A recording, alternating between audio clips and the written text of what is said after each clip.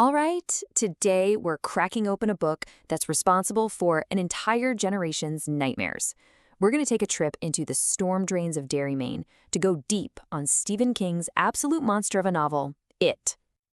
And it all starts with this, just this one sentence. It's so simple, right? But it's so terrifying.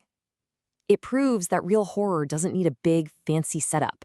It just needs to find a direct path to what we're already afraid of. So let's get the basics down. It was published way back in 1986, and you'll notice the genre is psychological horror. That's key, because this is so much more than just a creature feature. It was never just about a monster. It's about the monsters we all carry inside of us.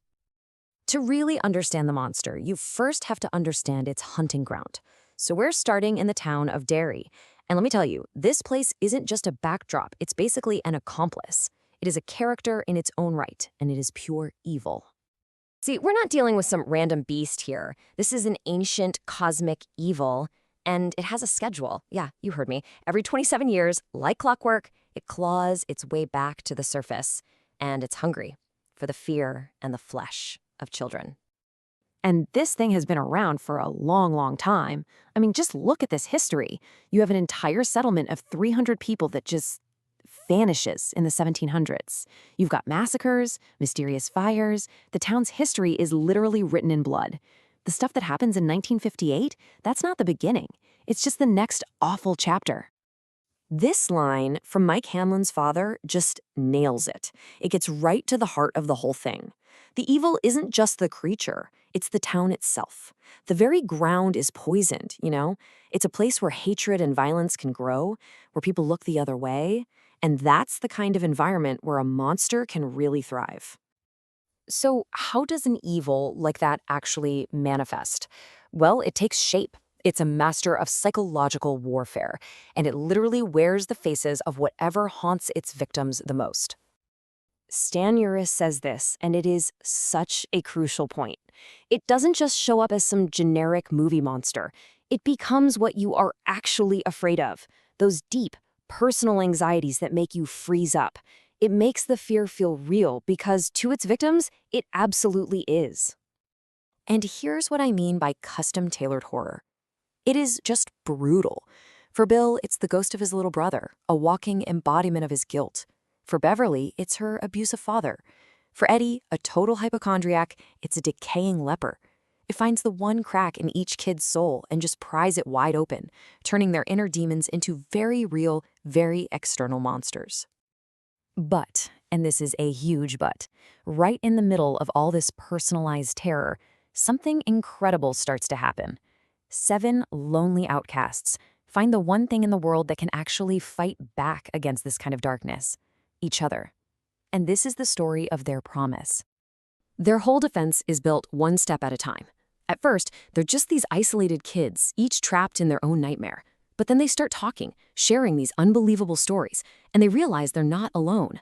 And that shared trauma, it becomes a shared strength. Their unity is the only weapon they have, and it's what gives them the guts to go down into those sewers and make the blood oath that's going to define the rest of their lives. This thought from Bill just captures that feeling perfectly. There's this incredible power in them all being together, but there's also this terrifying feeling of finality. They're no longer 7 separate victims. Now they're one big target. And they know the real fight is just beginning. And they win. Well, they think they do. Now let's jump ahead 27 years, a whole lifetime later. The losers are all grown up. And the monster, their promise, it's all just a half-forgotten bad dream.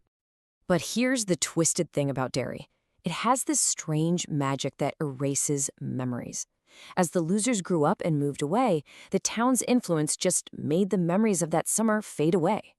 They became successful adults, but they were left completely, totally unprepared for the evil to return. All of them forgot, except for one: Mike Hanlon. He was the one who stayed behind, becoming the town's librarian, its unofficial historian. And this line from him, man, it gives you chills. It's this chilling sense of destiny. He can feel the old patterns starting up again, the gears of fate grinding as his friends are pulled back into a fight they don't even remember promising to finish.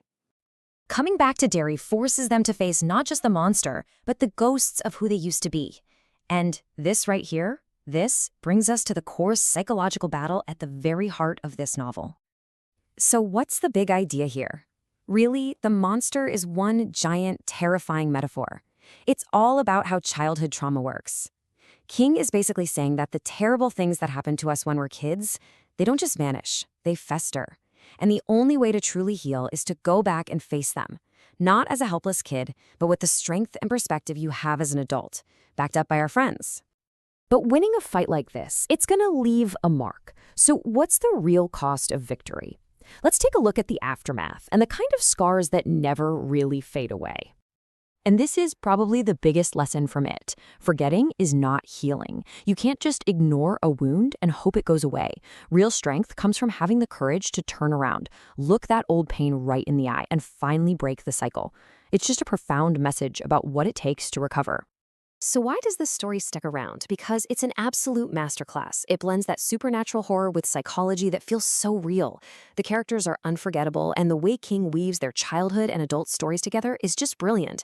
It's a massive, epic exploration of memory, trauma, and the life-saving power of friendship. For its incredible ambition, its masterful character work, and its profound themes, we are giving Stephen King's It a massive 9.8 out of 10. It is a masterpiece. Now, if this story about a haunted summer really connected with you, we highly recommend Summer of Night by Dan Simmons. It's got that same epic feel of kids facing down a town's ancient evil.